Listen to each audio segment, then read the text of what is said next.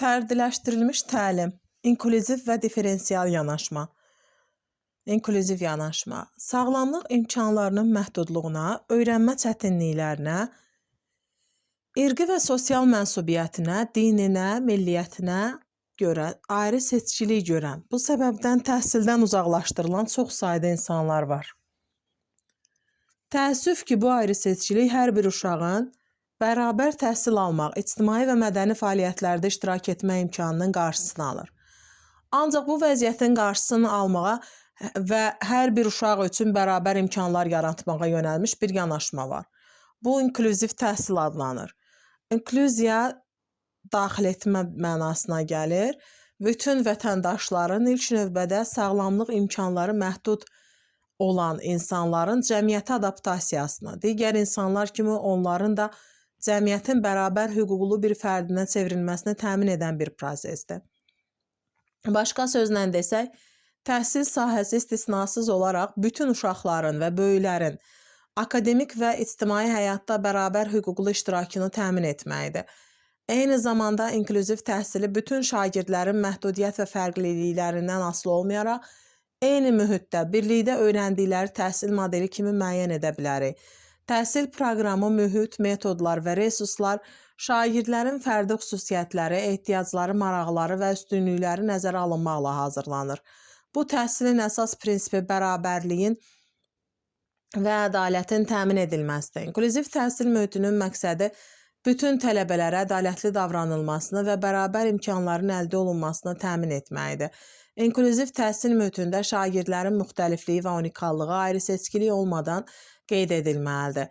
Təəssüf ki, bəzən şagirdlərə unikal keyfiyyətlərinə görə fərqli yanaşma halları var. Heç bir şagird fərqlərinə və ya öyrənmə imkanlarına görə öyrənmə prosesindən kənarlaşdırılmamalı və ya təcrid edilməməlidir. İnklüziv təhsilin digər mühüm xüsusiyyəti onun ailə və sosial iştirakçılığa verdiyi dəyərdir. Bu da ona görə də İnklüziv təhsil bugün yalnız hamı üçün təhsil sisteminin möhkəmlənməsi prosesi kimi deyil, həm də sağlamlıq imkanları məhdud insanların diskriminasiyasının aradan qaldırılmasının səmərəli vasitəsi kimi qəbul edilir. Yəni, diskriminasiya ayrı seçkilikdir, yəni uşaqlar arasında bu cür insanları ayrı seçkilik salınmasından qorunmuş olur. Son mərhələdə cəmiyyət və dövlətlər tərəfindən əlilliyi olan şəxslərə münasibətin dəyişdirilməsi, yalnız hüquqların tanınması deyil, təhsil də daxil olmaqla həyatın müxtəlif sahələrində onlara digər insanlarla bərabər imkanların yaradılması ilə xarakterizə olunur. İnklüziv təhsil əsasında istiqamətlər əsas götürən ideologiya durur. Bir çox istiqamətləri əsas götürən ideologiya var. Bu istiqamətlər nələrdir? Birinci olaraq, bütün insanlara eyni münasibəti təmin edərək hər cür diskriminasiyadan uzaq durmaq. İkinci isə xüsusi təlim ehtiyacları olan uşaqlar üçün ümumi təhsil müəssisələrində şərait yaratmaq. İnklüziv təhsilin prinsipləri nələrdir? Birinci, insanın dəyəri onun qabiliyyət və nailiyyətlərindən asılı deyildir. İkinci, hər bir kəs hiss etmək və düşünmək qabiliyyətinə malikdir. Üçüncü, hər kəs ünsiyyət hüququna malikdir və o dinlənilməlidir. Bütün insanlar bir-birinə lazımdır. Həqiqi təhsil yalnız real münasibətlərin kontekstində mövcud ola bilər. Bütün insanlara öz həmyaşıdlarının dəstək və dostluğu lazımdır. Bütün şagirdlərin inkişafı onların bilik və bacarıqlarından asılıdır. İnsanların müxtəlifliyi həyatın bütün sahələrində inkişaf etdirilir. İnklüziv təhsil nə üçün vacibdir? İlk öncə ona görə ki, təhsil insanın ən fundamental haqqıdır. Bundan başqa o öz-özlüyündə onun digər baza haqqının, işləmək və ya qəbul olmaq hüququnun da təmin oluna bilməsinə gətirib çıxarır. Yəni, təhsilə çıxışın olması və təhsil həyatında yer almaq bir fərdin müstəqil qazana bilməsi üçün zəruri məsələdir. Həmçinin şagirdlərin özünə inamını yüksəldir. Sağlamlıq imkanları məhdud olan şagirdlərlə işləmək üçün ənənəvi üsullar onların özünə inamına zərərli təsir göstərə bilər. Onları kiçik qruplara ayırmaq, digər şagirdlərdən ayrı öyrətmək, onların fərqli olduqlarını və onlara qarşı fərqli davranılmalı olduğu fikrini aşılayır. Tədqiqatlar göstərir ki, öyrənmə çətinliyi olan şagirdin özünə inamı öyrənmə çətinliyi olmayanlara nisbətən daha aşağıdır. Ona görə də diqqətli olmalı və bununla mübarizə aparmağa çalışmalıyıq. Bütün şagirdlərin sinif mühitində qaynayıb qarışması onlarda sinifin bir hissəsi olduğu hissini aşılayır və həmyaşıdları arasında müsbət qarşılıqlı əlaqəni təmin edir. Bununla belə şagirdlərin dərs saatından sonra əlavə dəstəyə ehtiyacı ola bilər. Müəllimlərin bu məsələyə diqqət yetirmələri və şagirdlərə lazım olan dəstəyi vermələri lazımdır. Ünsiyyət bacarıqlarını inkişaf etdirir. İnklüziv sinif bütün şagirdlərə bir-biri ilə ünsiyyət qurmaq bacarığını təkmilləşdirməyə imkan verir. Şagirdlər təcrid olunsaydı, onların sosial dairələri daha kiçik olardı və daha çox insanla qarşılıqlı əlaqədə olmaq imkanları daha az olardı. İnteqrasiya edilmiş sinif otağında şagirdlər müxtəlif qabiliyyətlərə malik bir çox şagirdlə qarşılıqlı əlaqə qura bilirlər. Bu, onlara ünsiyyət bacarıqlarını gücləndirmək və müxtəlif səviyyəli sosial qarşılıqlı əlaqəyə uyğunlaşmaq üçün imkanlar açır. Bundan əlavə, onları məktəbdən sonraki həyata hazırlamağa və şagirdləri karyeraya hazırlamağa kömək edir. İnklüziv təhsilin bir çox faydaları var. Birinci, bütün uşaqlar öz icmalarının bir hissəsi ola bilirlər və aid olma hissi inkişaf edir. İkinci, öyrənmək üçün daha səmərəli imkanlar yaradır. Müxtəlif qabiliyyətlərə malik olan şagirdlər digər şagirdlərlə eyni sinifdə öyrəndikdə daha çox motivasiya olurlar. Üçüncü, uğurlu inklüzivlik fərdin güclü tərəflərini və potensialını inkişaf etdirməyə imkan verir. Valideynləri məktəbə cəlb olunmağa və övladlarının təhsili üçün müəllimlərlə əməkdaşlıq etməyə təşviq edir. Sadəcə inklüziv təhsil necə tətbiq etmək olar? 21-ci əsr üçün inklüzivlik kitabında Linda Graham belə izah edir ki, inklüziv təhsil yaratmaq üçün təhsil verənlər həm təhsil proqramından, məzmunundan, həm də şagird müxtəlifliyindən çox yaxşı xəbərdar olmalıdırlar. Hər ikisini yaxşı başa düşüb anlayırlarsa, bu bilik onlara öyrətmədə, öyrətmənin üsullarında, qiymətləndirilməsində olan çətinlikləri dəf etməyə imkan verəcək. Əgər təhsil verən problemin hər zaman şagirddə olduğunu düşünsə, təhsildə bərabər imkanlar yaratmaq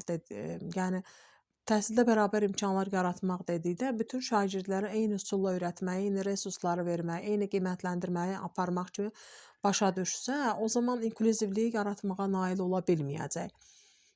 Öyrənmək üçün universal dizayndan istifadə edə bilər müəllim.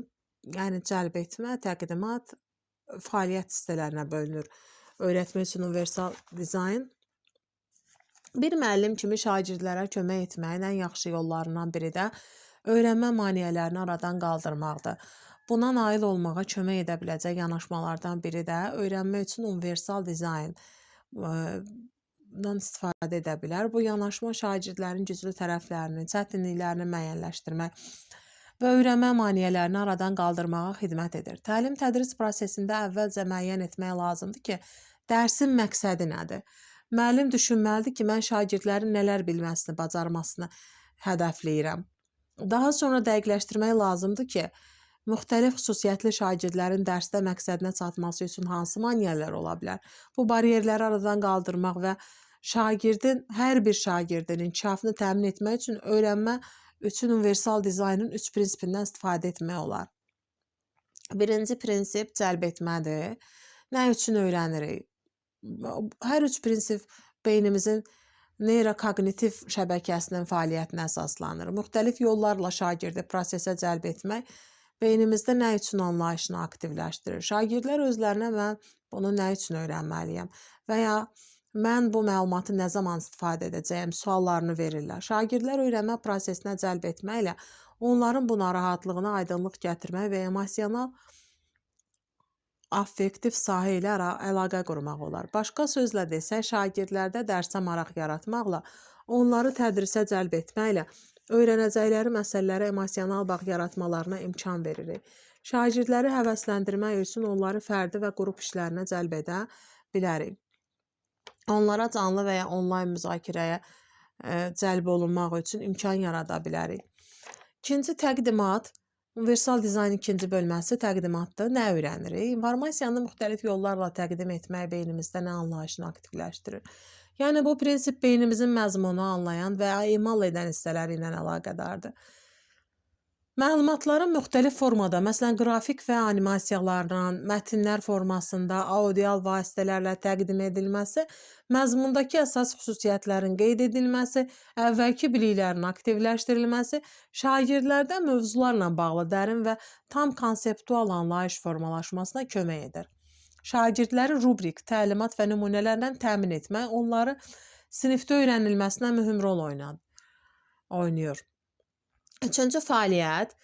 Fəaliyyət də universal dizaynın üçüncü bölməsidir. Necə öyrənirik deməkdir. Fəaliyyəti müxtəlif formada həyata keçirmək beynimizdə necə anlayışını aktivləşdirir. Bu prinsip bizə öyrəndiyimiz məlumatları fərqli və yeni kontekstdə uyğunlaşdırmaq imkanı verən strateji yanaşmadır. Şagirdlərə öyrəndiklərini müxtəlif formalarda təqdim etmək üçün onlara bir xeyli seçim imkanı verin və onları səviyyələrinə uyğun yanaşmalar və rəylərlə dəstəkləyin. Şagirdlərin pozucu davranışlarını idarə etmək üçün plan hazırlanması, şagird davranışının idarə edilməsi ilə bağlı əvvəlcədən hazırlanmış və sinifdə tətbiq edə biləcək fərqli strategiyaların əks olunduğu planın hazırlanması lazımdır. Bu plana şagird davranışının idarə edilməsi üçün forma blanklar, şagirdlərin müsbət davranışını dəstəkləyən fəaliyyətlər, tərif, sertifikat, mükafat və s. münaqişələrin həlli yolları, sinifin fiziki quruluşu, prosedur və qaydalar toplusu kimi strategiyalar daxildir. Korporativ öyrənmə. İnklüzivliyi tətbiq etməyin ən səmərəli yollarından biri korporativ öyrənməni əməkdaşlığı tələb edən, təşviq edən tapşırıq və fəaliyyətlərin verilməsidir. Reallıqda necə olmasından asılı olmayaraq, qrupda çalışmaq hər bir şagirdə öyrənmə prosesində iştirak etmə imkanı verir.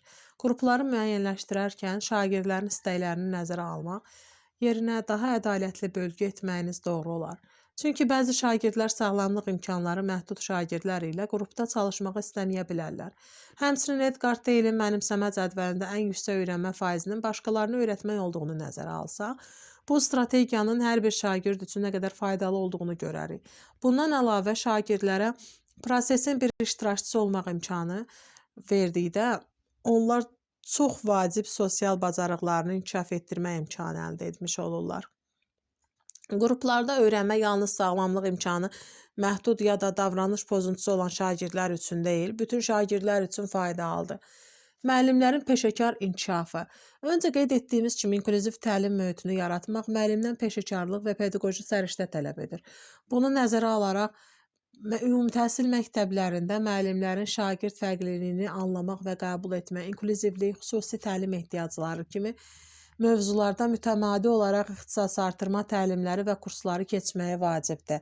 Belə kurslar şagirdlərin üzləşdiyi çətinlikləri müəyyənləşdirmək və onları dəf etməkdə köməklik göstərmək üçün müəllimləri lazımi bilik və bacarıqlarla təmin edəcəkdir. Müxtəlif qiymətləndirmə üsulları. Bütün şagirdləri eyni cür qiymətləndirməyə düzgün yanaşma ola bilməz. Bəzi şagirdlər müəyyən tapşırıq növlərində çətinlik çəkə bilərlər. Belə hallarda fənnin məzmun xüsusiyyətlərindən asılı olaraq onun fərqli aspektlərinə görə şagirdi dəyərləndirmək lazımdır. Məsələn, özünü şifahi ifadə etməkdə problem yaşayan şagirdlərin autizm sindromu tutaq ki, qiymətləndirilməsi yazılı tapşırıqlara əsasən aparıla bilər. Belə hallarda hətta şagirdin akademik nəticələrindən əlavə göstərdiyi səy və sərf etdiyi əmək də dəyərləndirilə bilər. Şagird müxtəlifliyini formativ qiymətləndirmə zamanı rəy verərkən də nəzərə almağımız, onlardan yüksək gözləntilərimizin olduğunu aydın şəkildə bildirməyimiz, bununla belə onlara bacarıqlarına müvafiq fərdi öyrənmə məqsədi qoymağımız olduqca vacib bir məsələdir. İnklüziv təlim mühitində qiymətləndirmənin heç bir halda rəqabət yarışına gətirib çıxarmayacağına da təhsil işçiləri əmin olmalıdırlar. Çünki bu cür yanaşma onsuz da həssas təbiətə malik şagirdlərin rəqabətli mühitdən zərər görməsinə, öz potensiallarını daha da məhdudlaşdırmalarına, özlərinə inamı zədələyə bilər. Bu baxımdan inklüzivlik üçün inkişafa açıq düşüncə tərzinin məktəb mühitində hökm sürməsi də vacib məsələlərdən biridir. Əlavə təlim materialları, Bu yuxarıda qeyd etdiyimiz təlimin məzmununun şagirdə ötürülməsi ilə bağlı olan bir məsələdir. Əlavə təlim resursları öyrənmədə çətinlik çəkən şagirdlər üçün faydalı dəstəkləyici vasitədir.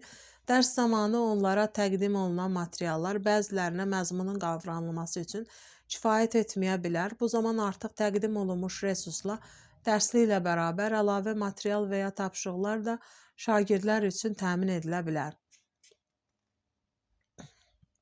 Adaptasiya edilmiş dərs və tapşırıqlar. Ənənəvi yanaşma və təlim-tədris prosesi öyrənmə çətinliyi, nitqində, görməsində, eşitməsində olan şagirdlər üçün uğurlu deyildir. Müəllim dərsin məqsəd və fəaliyyətlərini öyrənmə çətinliyi olan şagirdlərin ehtiyacına uyğun tənzimləyə bilər. Bunu etməklə müəllim şagirdləri dərsə cəlb edən, öyrənmə prosesini daha maraqlı qura bilər. Məsələn, əgər hər hansı bir şagirdin mətni əsaslı fəaliyyətə və ya oxuma ilə bağlı daimi çətinliyi, disleksiya varsa, belə şagirdlər üçün məzmunu audio, video, şəkil və sair multimedia vasitələrindən istifadə edərək çatdırmaq olar. Hiperaktivlik sindromu olan şagirdlər üçün məzmunda təlim fəaliyyətində oyun və kinestetik təlim üsullarına geniş yer vermək ötürülə bilər. İstənilən fən məzmununda anlayışlar, əşyalar, qaydalar arasında əlaqə yaratmaq öyrənmənin vacib tərkib hissəsidir. Bu əlaqə yarada bilməyən şagirdlər üçün müəllim qrafik orqanayzerlər, simvollar və digər vizual vasitələrdən istifadə edərək onların öyrənməsinə dəstək olur və sinif fəaliyyətlərində iştirakını təmin edir. Ümumiyyətlə, təlimi planlayarkən məzmunu uşaqların fərqliliklərini nəzərə alaraq çatdırmaq lazımdır. Başqa bir məsələ isə diqqəti şagirdin nəyi bacarmadığına deyil, əksinə bacardığı məsələlərə yönəltməkdir. Bütün bu saydıqlarımız əslində diferensial təlim adı altında birləşdirə bilərik. Bildiyimiz kimi diferensial təlim şagirdin nəyi, necə, hansı mühitdə öyrənib necə çatdırdığını planlamaq sistematik yanaşmadır. Ümumən məktəblərdə inklüziya mədəniyyətinin formalaşması, dəstəkləyici mühitin yaradılması üçün fövqəladə dərəcədə əhəmiyyətlidir. İnklüziv mühit olan məktəbdə hər kəsin fərqli olması faktı qəbul edilir. Öyrənməni dəstəkləyən amillər mövcuddur və onlardan düzgün istifadə olunur. Fərqli öyrənmə təcrübələri hər bir şagird üzərində tətbiq olunur. Yenilikçi və yaradıcı bir mühit var. Fərqli yanaşma prinsipləri mövcuddur. Hər kəs üçün təhlükəsiz mühit var. Məktəb icmasında bütün üzvlərin iştirakına hörmət edən və hər kəsə dəyər verən mühit var. Siniflər hər bir şagirdin ehtiyaclarını qarşılayacaq şəkildə tərtib edilir. Məktəbdə inklüziya mədəniyyətinin formalaşdırılmasına mənfi təsir göstərən xüsusiyyətlərdən biri sağlamlıq imkanları məhdud şagirdlərə qarşı olan münasibətdir. Yəni, bəzən sinifdə sağlamlıq imkanları məhdud ya hansısa sosial-fiziki fərqlilikləri olan şagirdlərlə münasibətdə xəstə uşaq, qüsurlu uşaq kimi ifadələr işlədilir. Bu cür yanaşma şagirdlərin özgüvəninin azalmasına, onların öyrənmə prosesinə cəlb olunmasına, akademik nailiyyətin aşağı olmasına və ən əsası emosional cəhətdən zədələnmələrinə gətirib çıxardır. Ümumiyyətlə, şagirdlərin hansı çatışmazlığı, fərqlilikləri olursa olsun, onlara damğalayıcı sözlərlə müraciət etmək yol verilməzdir.